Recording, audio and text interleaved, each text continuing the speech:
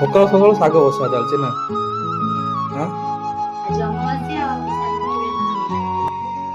ଶାଗ ଭଜା, ଡାଲି, ପୋଟଳ ଆଳୁ ରସା। ସୁଜୁନା ଶାଗ, ଇଏ ସୁଜୁନା ଶାଗ ଯେତେ ଖାଇବେନି ସଫିସିଏଣ୍ଟ। ଗାଁରେ ସୁଜୁନା ଶାଗ ଖାଇବା ପାଇଁ ଲୋକ ଦେଖୁନା କେତେ ରଙ୍କ ଆହୁରି। ଟଙ୍କ ହଉଛନ୍ତି। ହାଇଦ୍ରାବାଦରେ ସୁଜୁନା ଶାଗ କି ଯାହା ଖାଉନାହାନ୍ତି ଶାଗ କଣ ଜାଣିନାହାନ୍ତି। ସୁଜୁନା ଶାଗ ଭଜା ଆଉ କଣ ଭାତ।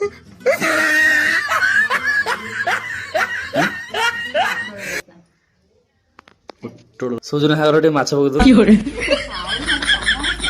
ଆଉ ଟିକେ ଚୁନା ମାଛ ମାଛଟେ ଝାଲ କରିଥିବେ ହେଇନଥାନ୍ତା ଟିକେ ଆଜି। ଆଉ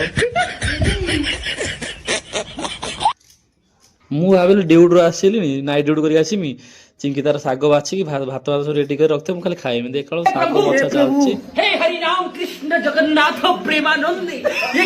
ଡାଲି ହବ, ପଖାଳ ଭାତ ଡାଲି ଖାଇମି, ପଖାଳ ଭାତ ଡାଲି ଖାଇମି। ଆଉ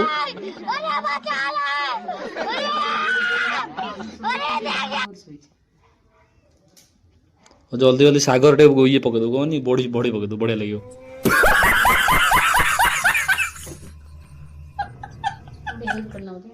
କଣ ହେଲ୍ପ କରିବି? ଜଲ୍ଦି ଜଲ୍ଦି ବାଛ, ମୁଁ ଖାଇ ଶୋଇମି, ଶୋଇକି ନିଦ ଲାଗିଲା, ନାଇଟ୍ ଡ୍ୟୁଟି କରି ଆସିଛି ନିଦ ଲାଗିଲା।